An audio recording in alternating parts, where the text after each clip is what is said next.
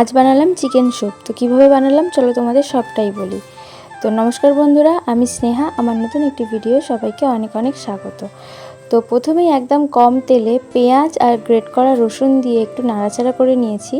তো এর মধ্যে দিয়ে দিলাম বিভিন্ন রকমের সবজি। তোমরা চাইলে নিজেদের পছন্দ মতো দিতে পারো। আমি দিয়েছিলাম পেঁপে, গাজর, বিনস আর ফুলকপি। ফুলকপিটা একেবারে অপশনাল, তোমরা চাইলে নাও দিতে পারো। আর এর মধ্যে দিয়ে দিয়েছিলাম হচ্ছে চিকেন।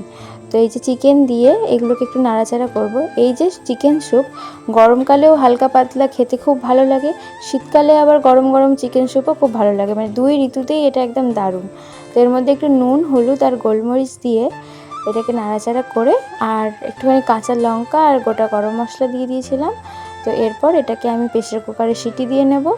তো এই যে গোটা গরম মশলাটাও দিয়ে দিলাম। তো চলো এবার এটাকে প্রেসার কুকারে সিটি দিয়ে দিই। তো প্রেসার কুকারে সিটি দেওয়ার পর আমি একটা বাটিতে ঢেলে নিয়েছিলাম। তো দেখো চিকেন স্যুপটা দেখতে কেমন লাগছে। আজকের ভিডিওটা এই পর্যন্তই, টাটা।